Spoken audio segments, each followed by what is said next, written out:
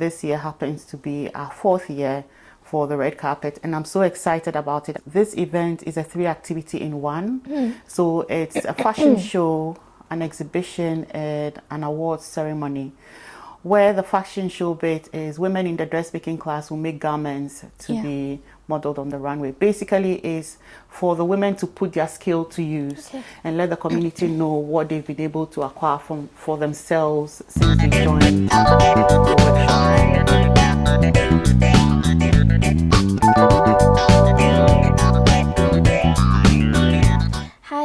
Welcome back to the Innovative People's Podcast. My name is Ansaba and I'll be your host today, and I'm hosting a very special guest, which is Sheila Ako, the director of the organization Skilled Hands Organization. Would you like to tell me more about yourself, please? Definitely. My name is Sheila Ako and I'm one of the directors here at Skilled Hands Organization. CIC Skilled Hands is a Nottingham-based charity that was set up in 2018. The idea was to empower women, was to set up a platform where women can meet, have camaraderie and be doing craft or something they love. So we started with 5 areas of our training, and these are the dressmaking, bag making, soap making, jewellery making and millinery. We've been going for some time now, and as we kept going, we kept improving and making the organization a lot more better. We have a well-resourced platform where these women come on a daily basis. We meet for maximum hours of 2.5 hours and they do some craft. They're always learning a skill. What I always say is icing on the cake, where we've now become an approved center for NOCN. So when the women do the workshops, they don't just leave with a skill, but they leave with something else in addition to that, like the NOCN certification. And I think that in itself makes everything more special because then we work according to a curriculum. We do assessments because of the NOCN certification and the laws surrounding it. And then we also have a delivery model. So that makes everything more structured. And I believe that is giving a better face to the whole thing as compared to when we first started. It makes sense. Okay, so I've heard that there's a red carpet event coming up this year. Would you like to tell me more about it, perhaps? Yeah, definitely. That's the highlight for all our events, and the reason why I say that is I always look forward to it. This year to be the 4th time we are hosting it. It would have been the 6th time had it not been COVID, but because of COVID we had missed out 2 years on that. And this year happens to be our 4th year for the red carpet, and I'm so excited about it. I've always been excited about it, and I know every time the participants or the women look forward to this event. This event is a 3-activity in one. So it's a fashion show, an exhibition, and an awards ceremony, where the fashion show bit is women in the dressmaking class will make garments to be modeled on the runway. Basically is for the women to put their skill to use and let the community know what they've been able to acquire for themselves since they joined the workshops. Okay, so like showcasing their talent, basically. Exactly. So then the exhibition bit is where the women, those in the the bag making class, the soap making class, the jewelry making class, and the millinery class get to exhibit their skill through the exhibition. But because it's become a fundraising event for us, this time around, we are not just doing the exhibition, we are doing exhibition and sale. So when you come around and you see something you like, we'll be happy for you to purchase it, as it helps the organization and it keeps our services running for the Nottingham women. Since we started, we've empowered over 400 women, and we're excited to keep going. And we're looking for ways to keep sustaining this project because we know it's serving a lot of the women, and the response and feedback has been exceptional. So I think it's very encouraging, to be honest, because when I looked into this organization, I was very impressed because I myself I'm really talented in art myself as well, and when I saw this I said this is exactly where I want to do as well. So how could you tell me more about the tickets, because I've seen on social media, especially with that there's a competition as well, so would you tell me more about that and the tickets and how you can get them? Like I said earlier, it's a ticketed event, but we have 2 tiers for the ticket. We have the basic ticket that's going for £5, and we have the VIP ticket that is going for £10. The VIP ticket comes with a glass of wine and front seating and some finger foods or snack, should I say. And you can purchase the ticket on our website. The ticket has a barcode on it, is a QR code rather. So you can just scan the QR code and it will take you to the payment platform and make your payment there. Or you can also use the payment link to make your payment. We'll be happy for people or anybody looking or watching us today or listening to us to help us spread the news, as this is our fundraising event for the year. And we hope to be able to make this event as successful as possible. Oh, interesting. That's good to know. And I saw that, like, because you have a red carpet event and around September time as well, which will be autumn as well. Would you tell me more about the inspiration behind that? Or like your intentions of red carpet? So basically, you told me about the people having showcasing their talent and showcasing their businesses, but what else is the intention of having the red carpet? Basically is to boost confidence in the woman. And as an artist or a craftsperson, you're always excited when someone else who is not in your usual circle gets to appreciate your work and say this is beautiful. And over the years we've seen that on that particular day, the confidence of the women just boosts up. It's like a different kind of confidence we see on that day. And we are happy for them to leave us with that confidence. You see, over the years, over the months, they may have gathered some confidence for themselves. But that particular day is something extra. All the women are looking forward to putting themselves out, doing something, stretching themselves beyond the normal. And when you see somebody see the works you've done to the point where they want to put money down for it, that alone is some form of fulfillment. And that is the main aim for the red carpet. Let the community appreciate the work we've done and the skills the women have gathered for themselves through a showcase of talents and skill. And basically that's what it is. It's a showcase of talents and skills, and bringing the community together in this project and help them share their support for the women to know that we are all rallying behind them and we want the best for them. Because ultimately, Skilled Hands was put together to help encourage community cohesion and also help improve our mental health and all of those put together. And over the past years, we've heard a lot of the women say, the craft workshops have really helped me. It's helped my confidence. It's helped me overcome mental issues or deal with my mental issues. It's helped me make new friends. And it's like a community on its own. So then these are the things that the workshop does. And it keeps us going when we hear some of these positive feedbacks from the women.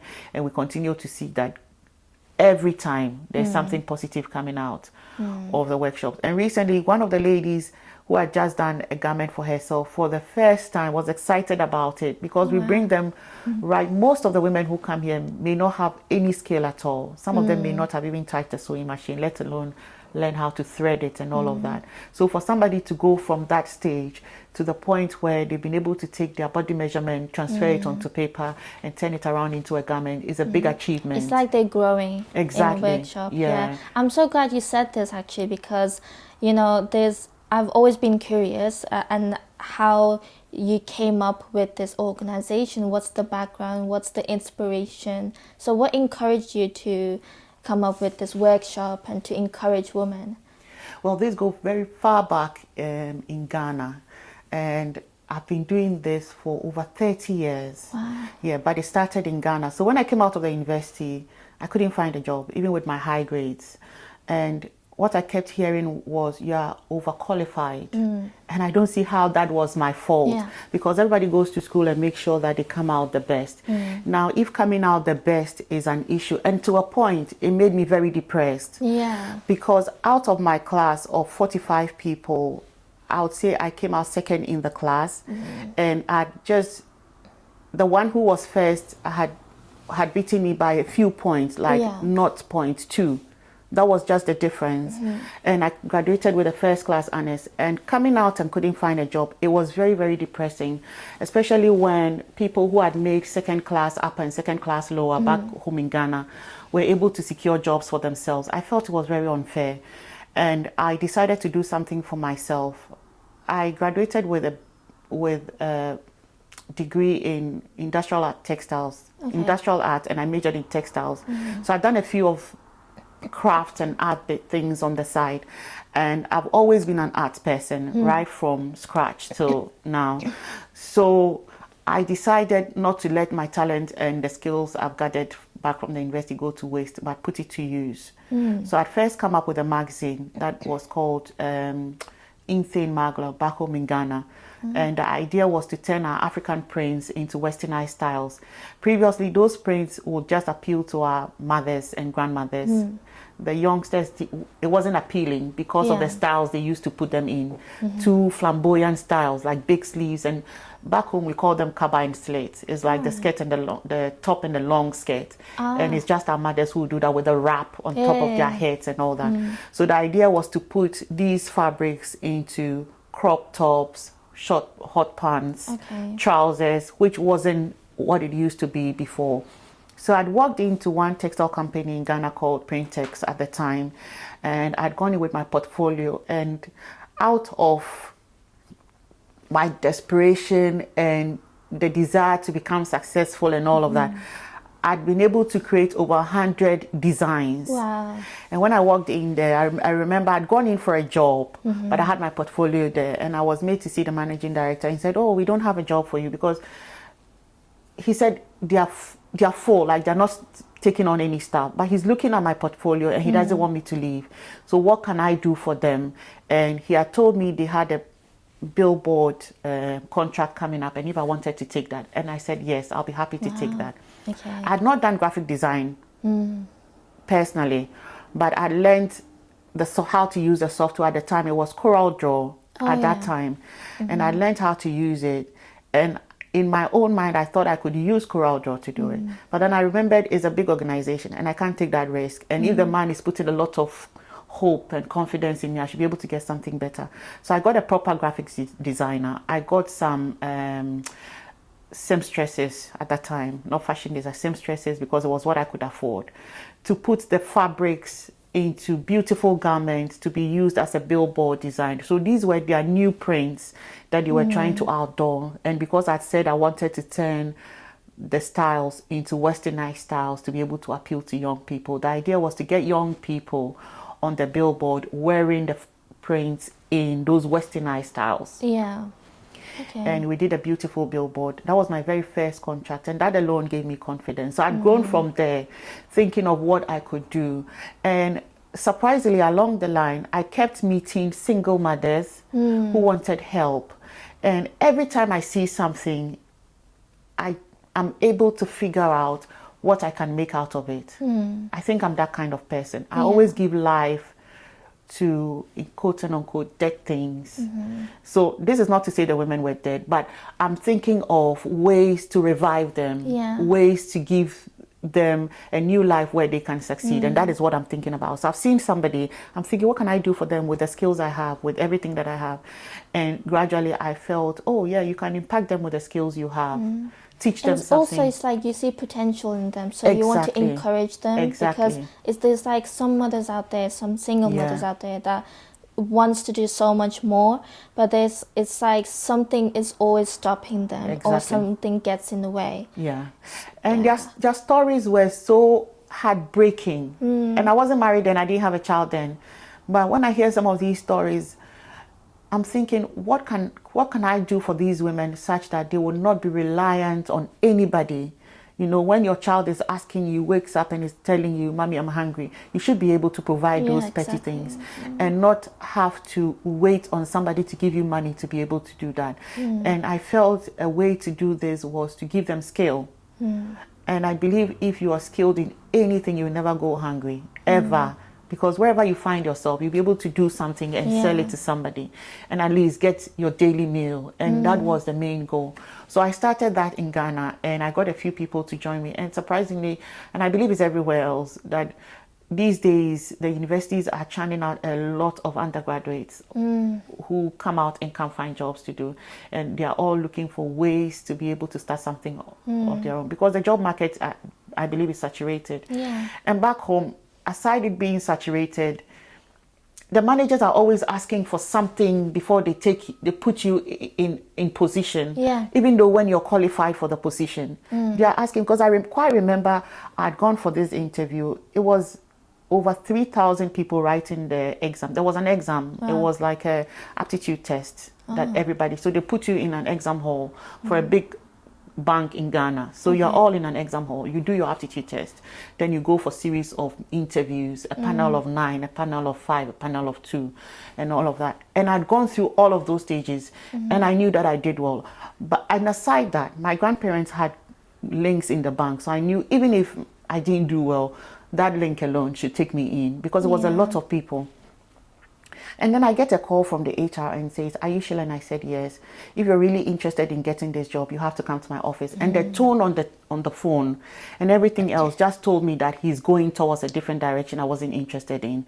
Because if I'm picked for a job, I should be receiving a letter, not somebody calling me and telling me, "You have to come to my office if you're serious about getting this job." So I did not go, and I gave my grandparents a call and I said, "This is what I'm hearing."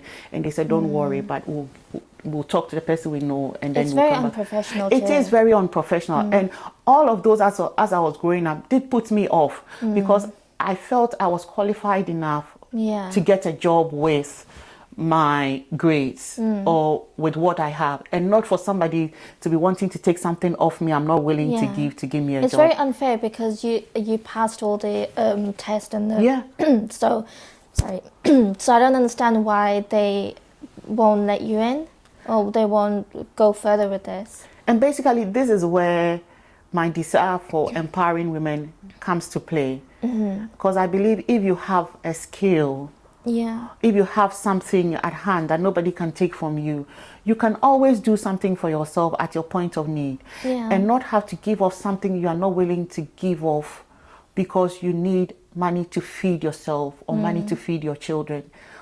And this is where all the empowerment comes from. And I've done it, and I know it's possible. Like these things you can see here, there is no way you do these things and market it right and you wouldn't have somebody buy it off you. Yeah, that's true. And that's it for me. Another gift that I have is to be able to, quote and unquote, practice reverse engineering. So in the craft world, I can see a bag that is already made, and in my mind I've dismantled the bag. I know how to put a stencil to it and teach it to somebody. So I put all of these together and said, well, let me start this thing and teach people about it. So it started in Ghana. In Ghana I taught over 400 people, 400 literate and illiterate women. And then in 2013 I relocated when I got married. And when I came here, going through pregnancy and all was just boring for me. So I decided, how can I put this together here? Obviously, it was a different terrain. I had to learn the ropes and how to do things. But I'll say that I was lucky, because I met the right people at the start who would say, oh, we like the idea and we think it will be good here. So they'll just signpost you, go here and do this and write this proposal and do this. And we are here today. So basically, that is how it started. Today, I would say that Skill Dance has expanded from just a one-man person doing it to now a lot of people coming in to help me make this grow, basically. This is very similar to my kind of story as well, because it's very different to different. It depends on a different country as well, because in certain countries there's rules and there's the way people work and the way people go on about it as well. And I feel like in UK, it's there's more options to grow your business. Exactly. So it's I came from Pakistan, right? And although I was born here in UK, I didn't have enough opportunities there as I have opportunities here. And in our culture, we have elders that look up to people who do jobs a doctor, a lawyer, or something like that. And if I want to do something else, like fashion related, art related, I'm already criticized that why are you doing that and you shouldn't do that. And it's something that I've always wanted to do. So when I saw this opportunity as well, I saw that you were looking for someone, and I saw I came across Skilled Hands organization. I was just scrolling through my social media and I saw an advert and I thought, that looks really interesting. And I clicked on it and I got even more intrigued that I really want to be a part of this team.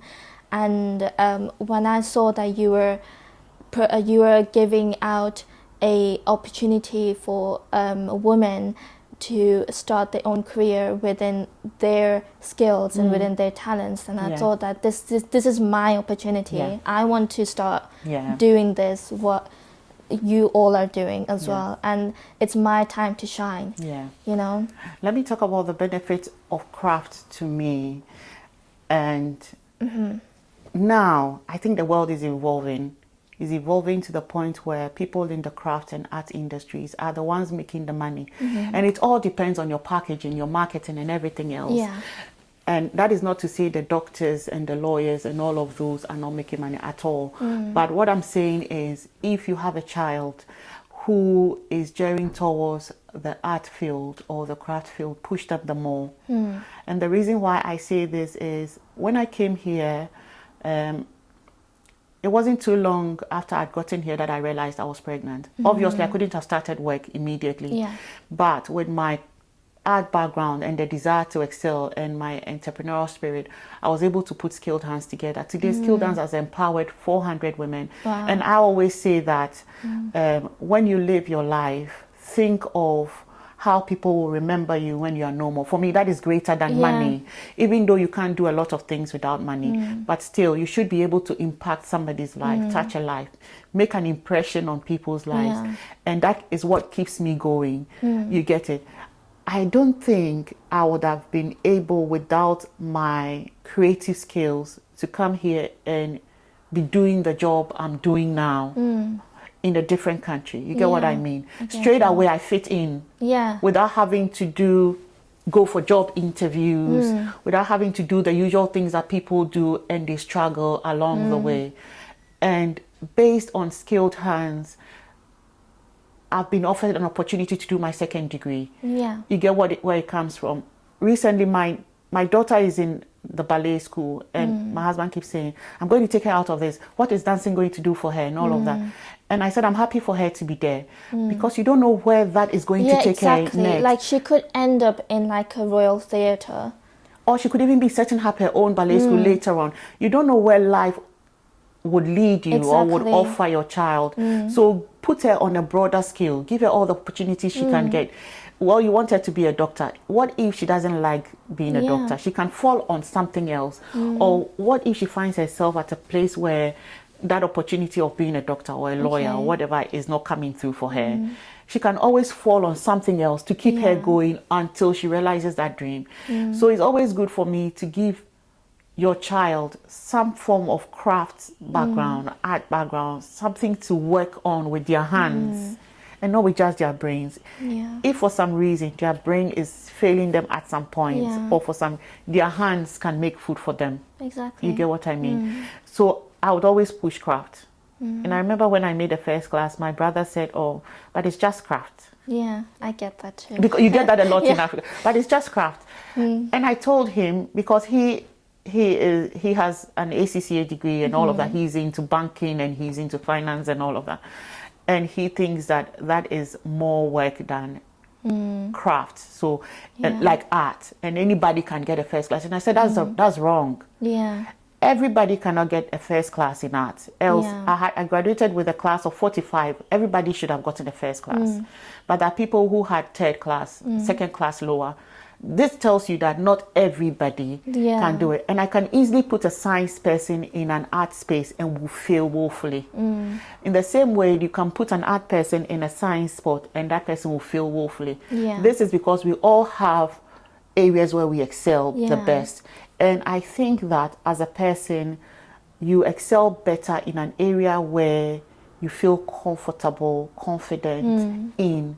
And I don't wake up every day feeling I'm going to work. I feel very stressed as I'm sitting here because I've been going on for 6 years non-stop. But I still keep going because I love what I do. And that's the ultimate for me. As long as you have passionate, then it just keeps you going. Exactly. My mom is also a single mom, and she she has always told me from since day one that do what you want to do what you need to do, because if you're going to stop what you love, then you're not going to exactly enjoy life as it gives you. Like, and coming from a finance background, like that was my first job. Yeah. It depressed me. Not gonna like it Yeah. did, because I did not enjoy it at all. Like, the people were nice, but the work itself it was something very like not me. Yeah. It wasn't me at all. And I've been jumping to different jobs like throughout the whole 2023, 2022, even during pandemic, and I was very like confused what I need to do, what is my career, what is my goal. And yeah, I just feel like this organization for myself has really changed my life for the better, because it has opened way too many doors for me. Yeah. And I feel like it's with everyone who works here, everyone who goes to workshop here. I think it has opened a lot of doors for them. And it's like you're like the mother of everyone. You're providing something for them. You're making them. Basically you're giving them the things that they can provide for their children. Yeah. And it's like you're like the elder in this family, and it's really nice, small, and it could be a big family in the future. Yeah. And I can see this organization growing, really. Definitely. It's very heartwarming to hear the things you just said. And that is my ultimate goal, basically, Yeah. to be able to give off myself. And in what way can I give myself off than in what I'm confident to give? I can't give anything that I don't have, but I know I've got the skill. I know I can teach the skill. I'm a very teachable person. That comes naturally to me. And in saying that I'm a very teachable person, I remember when I'd come out of the university, they had offered me a teaching assistant job. I took it. And then right after that, I did that for a year. You usually do that for a year. In Ghana, it's called your national service. So it's your service to the nation when you do that for a year. And for me, because I'd come out of a first class, usually when you come out with a first class, they retain you as a teaching assistant in your college.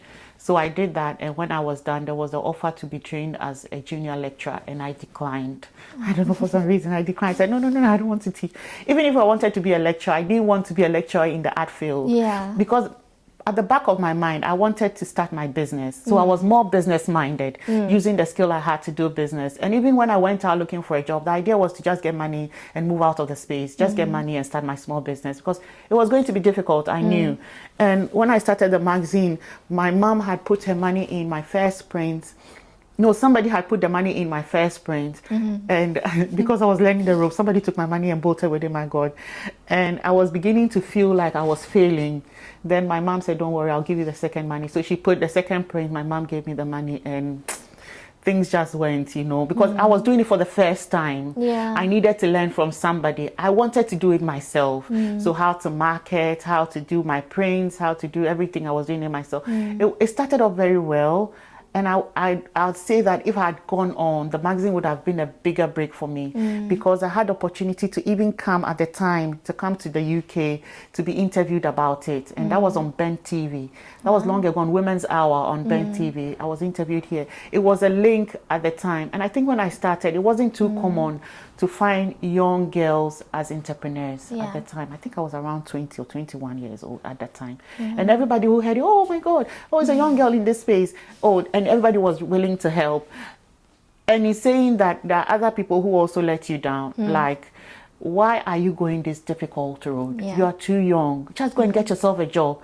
And at a point I kept hearing, go and get yourself a job and stop, you're wasting your time. Go and get yourself a job. And it kept getting to me though, because I saw that most of my friends had bought their first cars, they bought their first houses, they bought their lands, because they were working and getting a salary every month. Whereas I was struggling. And somebody would say, you are even finding it difficult to stand on your feet, and you want to empower somebody. And you get that all the time. But it's not about standing in the right place to be able to empower somebody. You don't need that. It's what you have. And for me, what I had was the skill. And that was enough to make an impact in somebody's life. And as you kept going, or as I kept going, people saw the benefit in what I was doing. And they were always willing to help. And like you rightly said, over here people appreciate, or the community or the system supports people who are willing to do something for the community. And this is where it's brought us, basically. I've also heard that people who struggle the most are the most successful person. Definitely. Because, you know, my family has struggled a lot, you know, and especially in a country that we have no idea how to settle, how to do things, because it's very different to our own country. And it's like it takes you days, it takes you years to get used to this, and then especially when you meet like different people here, like I'm not saying that all of them are bad, but you do get to meet like bad and good people in every country. And there's been many times that you've been through racism, discrimination, and you know, even you know, people hating religion, religious people. So it's like, you know, sometimes it always brings you down. So how did you like handle that? How did you manage that? Because I'm sure there were a lot of people trying to bring you down, and you're trying to go up there with your business. And how did you manage that? There were a lot of people, I'd say, but I've made my mistakes and I've learned a lot as well. And I realized I had to learn as quickly as possible. This is because I was brought up in a shielded life. Yeah. My mom and my parents wouldn't let us go anywhere without them being around. So, and I didn't get to experience the nature of people by myself. And like I said, I met somebody and the person was too strict for me here. And I just couldn't handle it. And I found myself complaining all the time to myself. And I'm thinking, am I overdoing it? But I wasn't overdoing it. It's just because I've not met those group of people before. And every time I had to learn very quickly. And it was difficult for me. So aside meeting racist people, aside meeting my own people, when I say my own people, my own Ghanaian community, I've gone through a lot in all the races. But all the time, what I say is, life is too difficult for me to expect somebody else to be rubbing off their stress or making my life extra difficult. Life on its own naturally is extra difficult. So what I do is to cut off quickly the things that I can cut off that won't cause me stress. Because automatically I'm going to be going through certain things I can't hide away from that will naturally bring its own stress. Those stresses, I'm ready to take them on. But the ones that man or human beings are going to impose on me, those ones I ran away from them too quickly. And somebody said that successful people are very lonely, and that is so true. Successful people, all successful people are very lonely. The thing is, when you're starting up in life, you start off with a group of people, and as you build, you develop, as you grow, you realize you don't fit with that group.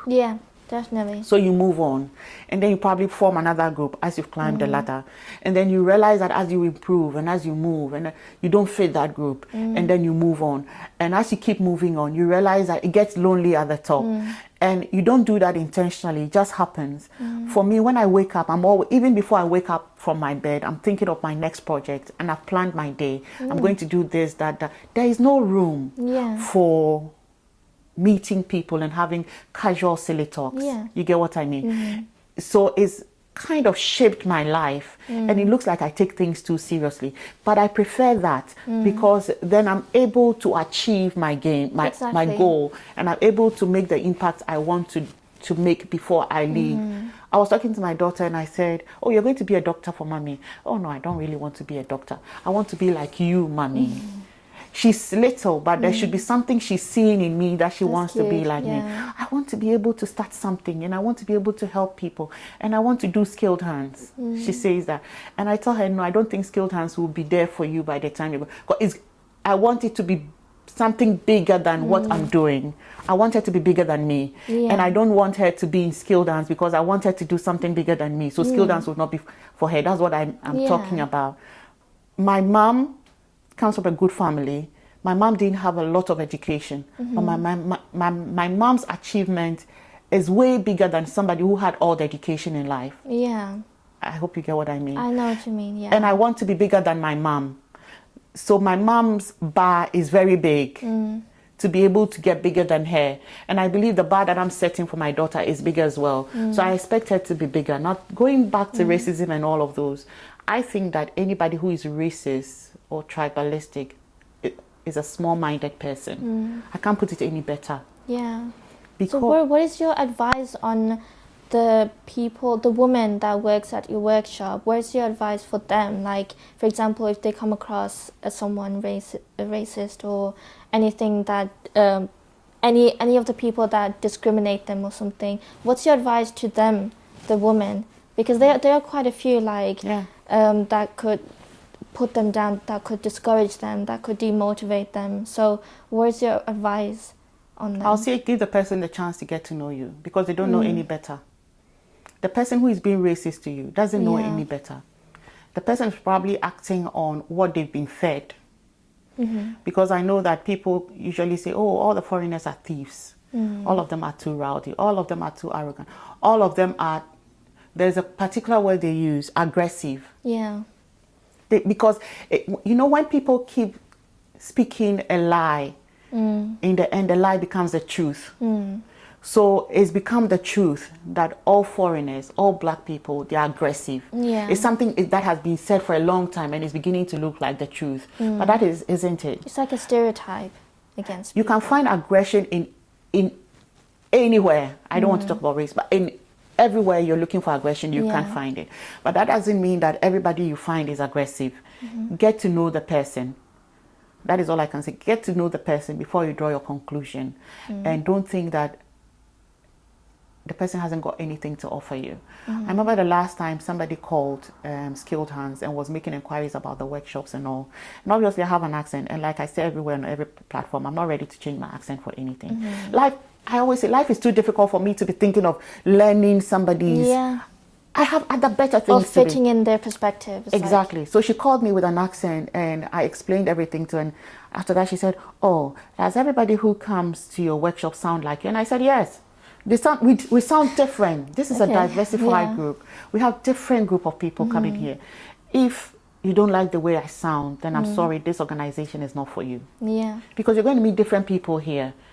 It's like a whole world on its own here at Skilled Hands. You have people from different backgrounds. It's like if you're not ready to embrace someone's accent, how are you going to embrace other people's culture? Yeah. So she came all right. She enjoyed Skilled Hands. She stayed on for 2 years. And I would say that is an opportunity for the person to experience us in a different light. Yeah. So if for some reason the person had never been in any different group, has always been in her own group, it's an opportunity for her to experience somebody from Ghana, somebody from Nigeria, somebody from Pakistan, somebody from India, and know that, oh, all the things I've been hearing about all these different people aren't true. Because I sat in a class with a Ghanaian and she was lovely. I sat in a class. So give the person the opportunity to get to know you better. And another thing I'd say is do unto others what you want them to do to you. That's a good advice, really. That's really good advice. I was going to say that with the workshop that women do, is there any do you give them a certificate at the end of the day, telling them that they have passed this workshop? So for example, if I were to do a workshop at your organization and I were to make a dress, and I don't know how to make a dress, but during the workshop I learned how to make a dress, do I get a certificate at the end of the day? Yeah, you get a certificate from that will be approved by NOCN. We've always given a certificate. Earlier on, before the NOCN certification, we were just given a certificate from Skilled Hands. So then that was a certificate of participation. Now with NOCN coming to play, like I said, you will go through all the assessments and then we are definitely sure you've acquired the skill that needs their certification. And then you get a certificate. So when anybody comes here, we register the person on the NOCN portal. So then they know that student is there, and they do the assessment and everything else. And at the end of the day, when we think, oh, based on the assessment, the person has the right qualification to get their certification, then we put them forward for the certification. In saying that, I also have to say that because of all these new changes, we are strong on attendance. Yeah. So our short courses are for 12 weeks, the long courses are for 24 weeks. You should be able to make at least 80% of any of these courses to go for the certification. Okay. So we look at attendance, then we look at the skills you acquired before we can put you forward for the certification. If you don't make any of these, we may not be able to put you through, even though you've done the workshop and all. But if you really, really want to have something to take away with you, then yes, you So should. will there be like a different workshop in the future? So you have the soap making, the jewelry making, the hat making, the dressmaking. Will you have more opportunities like it could be anything, like any other stuff? Definitely, that's something we would like to look at going forward. I think somebody had asked me this question yesterday, that there are other things we can add on. The certification alone, it costs a lot of money to get it. And when the certificate is out, that wants to cost a lot of money. So it's like a lot of money to pay before you get. So every new course you add on, you're going to have to register the whole thing with them and then do the payments for it before you have to pay for each certificate that comes out to each individual. So we want to get the 5 courses firmly rooted, and we know we are solid on these 5 courses, and then we can look at new courses that the women would want us to deliver, and aside also look for the right person to deliver the course. So all these things are things like our long-term goals we can look at as we keep going on. Okay. So it seems like I've got everything that I needed to know. It was really lovely to have you, and I hope that we do this podcast again with you, and I would like more about the workshop and more upcoming events as well. And definitely. Can I chip in a few things, yes, if that's all right? I'd like to talk about our new, our upcoming small business workshop with NBV in Nottingham. So this is a 2-day workshop. It's on the 10th and the 11th of July, and it's going to be from 9:30 to 3:30. It's a long period. If you want to start your small business and don't know how to go about it, or you want to start it on the right leg, this workshop is for you. It's going to teach you about the tax in Nottingham, in the UK, how to go about the tax system, how to set your business up, how to pick up the right name, the branding, the marketing, everything else you need to know about insurance. We're talking about everything for a small business owner. This workshop is definitely for you. And I'd like to emphasize on the red carpet, as this time around is a big undertaking. So we'll be happy for you to help us spread the word. If you're in Nottingham, bring your families. This is a family event. Bring your families out, get a ticket for them. The ticket is as low as £5, and I believe that even from now, if you decide to put £1 down every week, you'll be able to get this together. If you're able to buy £20 tickets, £5 of the £20, like together £20, just buy it for somebody that you know would be happy to have this as a treat. And you can definitely get the tickets off our website and everywhere else. But please, if you're listening to me, help us promote this event, because it's for a good cause. Definitely. I'll definitely have my family coming in for that event as well. Thank you very much.